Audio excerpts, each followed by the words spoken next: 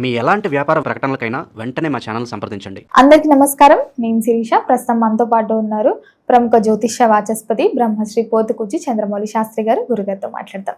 నమస్కారం గురుగారు. ఓం శ్రీమాత్రే నమః. గురుగారు, ఈ మే మాసంలో మిథున రాశి వారికి ఎలా ఉండబోతుంది అంటారు? ఎలాంటి జాగ్రత్తలు తీసుకోవచ్చు అంటారు? ఆర్థిక పరంగా, ఆరోగ్య పరంగా, అలాగే ఈ మాసంలో గ్రహ గోచారం ఎలా ఉంటుందంటారు వీళ్ళకి? అమ్మ, మిథున రాశి వారికి మే మాసంలో గ్రహాల యొక్క గోచార స్థితిగతులను మనం పరిశీలించే ముందు ముఖ్యంగా ఈ మిథున రాశిలో మృగశిర నక్షత్రము, ఆరుద్ర నక్షత్రము, పునర్వసు నక్షత్రము, ఈ యొక్క నక్షత్రాల వారు అట్లాగే మిథున రాశికి సంబంధించినటువంటి వారు కనుక గమనించినట్లయితే సూర్యుడి యొక్క అనుకూలమైనటువంటి ప్రభావము అంటే దాదాపుగా మే 14వ తేదీ వరకు కూడా ఉచ్చస్థితగతుడై ఉన్నటువంటి సూర్యుడు చాలా అనుకూలమైనటువంటి సంకల్ప సిద్ధిని, వీరు అనుకున్నటువంటి ప్రతి కార్యమందు కూడా విజయాన్ని చేపట్టి విజయాన్ని ఇచ్చేటటువంటి వాడు. అది ఉద్యోగ విషయాలు కావచ్చు, పెళ్లికి సంబంధించినటువంటి మాటలు ముచ్చట్లకు సంబంధించిన విషయాలు కావచ్చు, ఏవైనా సరే మే 14 లోపల సూర్యబలం అధికంగా ఉంది. ఏదైనా తగ్గనటువంటి కొన్ని రోగాల వారికి కూడా కాస్త ఆరోగ్య విషయంలో పటుత్వం లభించే అవకాశం ఉంటుంది.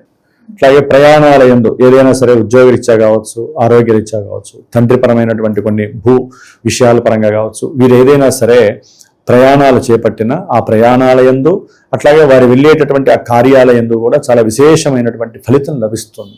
ఎవరు? సూర్యుడి యొక్క అనుగ్రహం మే 14 వరకు చాలా చాలా అత్యధికంగా ఉంది.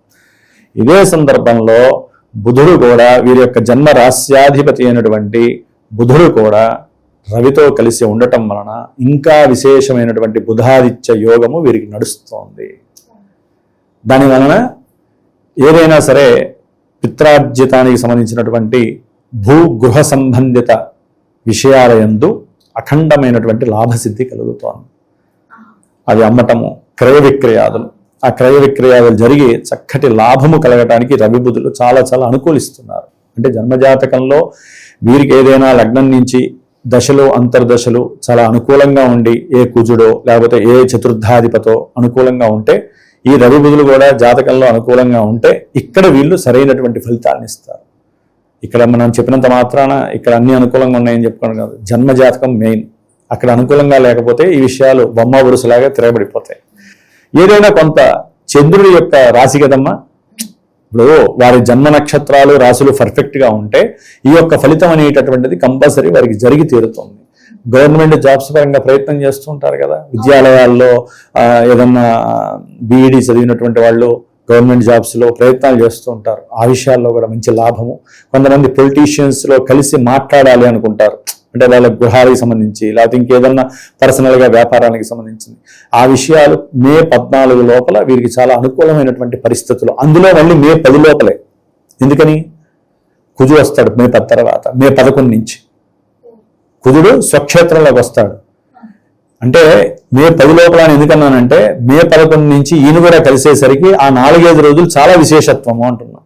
ఈ విషయాలు ఇంకా కలిసి వస్తుంది. ఆయన భూకారకుడు కదమ్మా కుజుడు. ఇందా నేను చెప్పినవన్నీ ఎలా చెప్పానో ఈ కుజుడు కలిసేసరికి కొంతమందికి గవర్నమెంట్ ఇష్యూస్తో ఆగిపోయిన పనులు ఉంటాయి. వాటి గురించి తిరగని లాయర్లు ఉండరు, తిరగని ప్రదేశాలు ఉండవు, తిరగని కోర్టులు ఉండవు.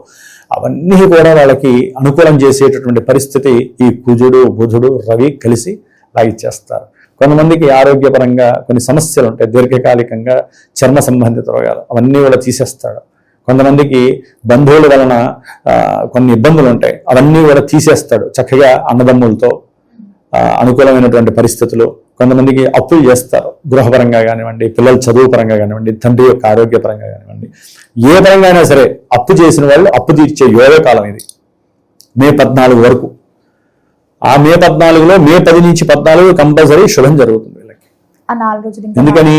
మిథున రాశి వారికి మేషంలో రవి, బుధ, కుజ ఈ 3 గ్రహాల యొక్క యుతి అత్యంత శ్రేయదాయకము, శ్రేష్టము.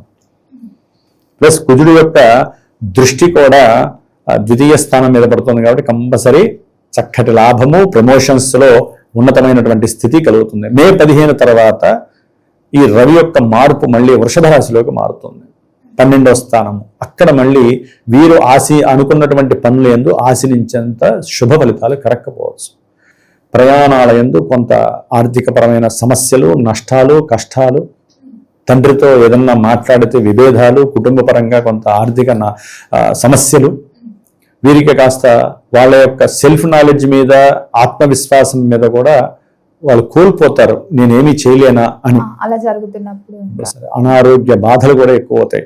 సూర్యుడు ఎప్పుడైతే మారాడు, సూర్యుడే కదమ్మా ఆరోగ్యం మీద ఎక్కువ ఎఫెక్ట్ అంతా ఆయనదే కదా. నేత్ర సమస్యల వలన కాస్త చెక్ చేయించుకోవడానికి కావచ్చు, ఆపరేషన్స్ పరంగా కావచ్చు, ఏదైనా మాట్లాడడానికి వీరు నేత్ర సంబంధిత ఇష్యూస్కి కూడా మిథున రాశి వారికి వెళ్ళడానికి అవకాశం ఉంది. ఎందుకంటే అమ్మా ఇక్కడ శుక్ర భగవానుడు ఈ మిథున రాశి వారికి దాదాపుగా మే 15 వరకు సొంత క్షేత్రంలో ఉండి మే 15 నుంచి చివరి వరకు కూడా మిథున రాశిలోకి వస్తున్నారు. ఇది చాలా యోగకాలము. శుక్రుడి యొక్క అనుగ్రహం చాలా బాగుంది.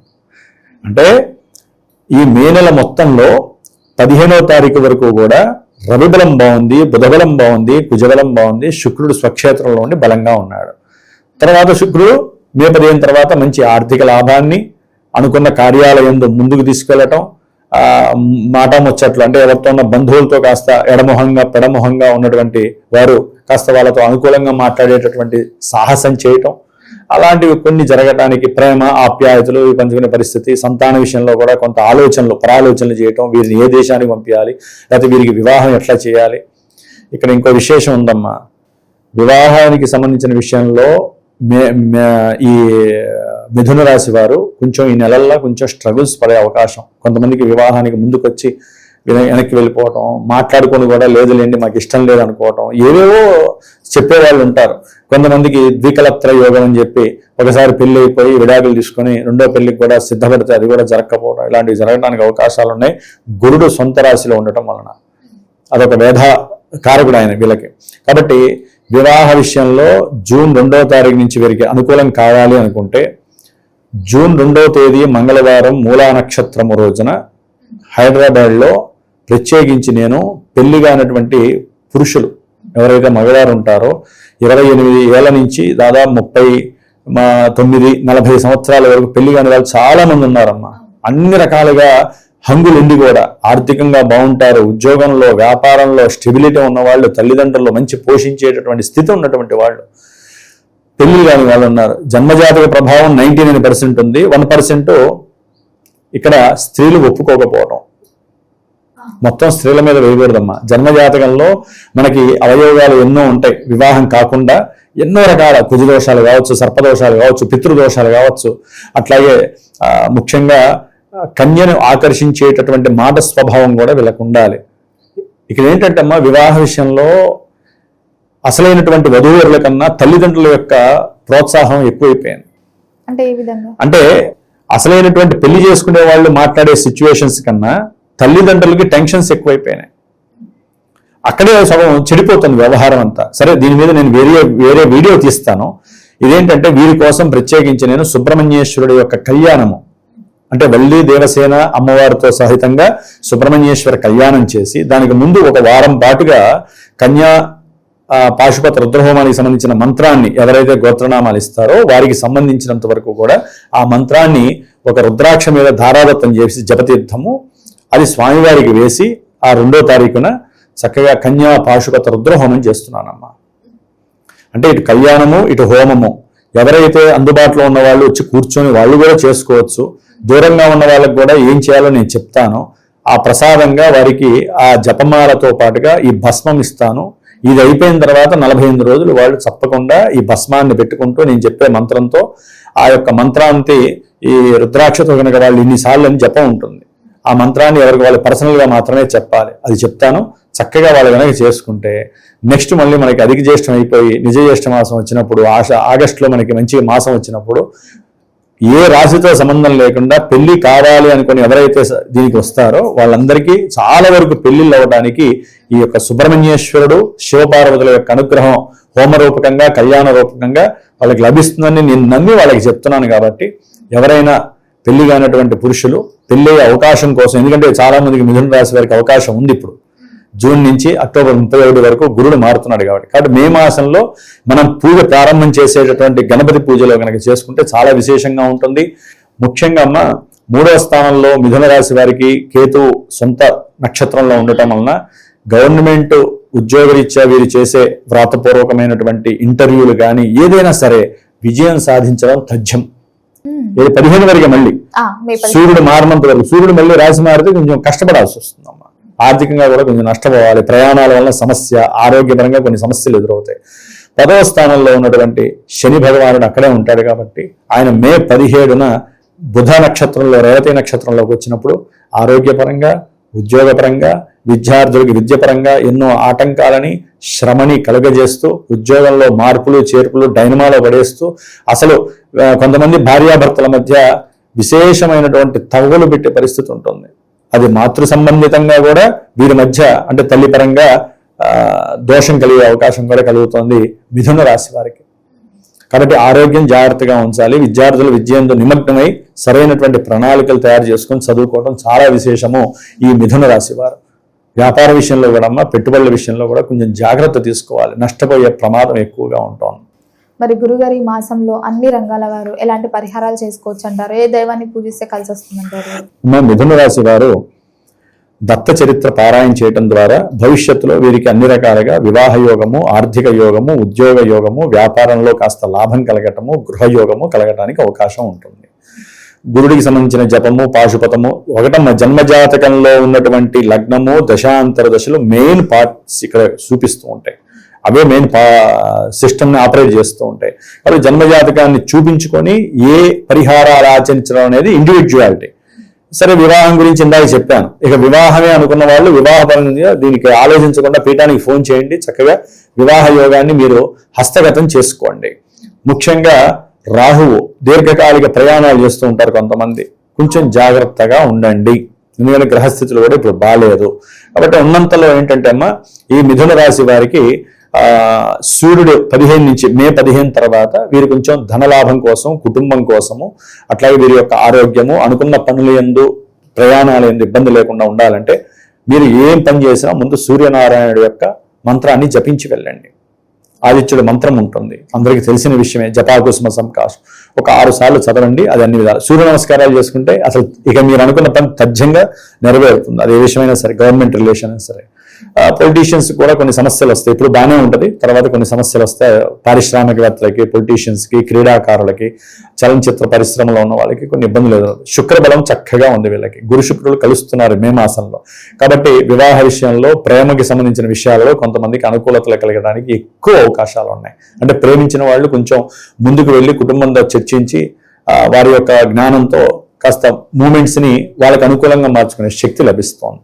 కాబట్టి ఇందాక మీరు అడిగినట్టుగా వీరు ముఖ్యంగా సూర్యుడికి సంబంధించి, అట్లాగే బుధుడికి సంబంధించి, బుధుడు కూడా మారతాడమ్మా. ఏది 15 నుంచి ఆయన 12లోకి వస్తున్నాడు. రవి బుధులు కలుస్తున్నారు కదా 12వ భావంలో. కాస్త విద్యార్థులు విద్యంతో ఆరోగ్యపరంగా కొన్ని ఇబ్బందులు ఎదుర్కొనే అవకాశం ఉంటుంది. కాబట్టి వ్యాపారాలు చేసేటటువంటి ఈ భూమి వ్యాపారాలు చేసేవాళ్ళు, లేకపోతే పండ్ల వ్యాపారాలు చేసేవాళ్ళు, వెజిటేబుల్స్ వ్యాపారాలు చేసేవాళ్ళు, ఏజెన్సీస్ ఎవరైనా ఉంటే ఏజెంట్గా వాళ్ళందరూ కూడా రవి బుధులకు సంబంధించి విష్ణు సహస్రనామ పారాయణం చేసుకోవటం ఉత్తమం ప్రతి శుక్రవారం.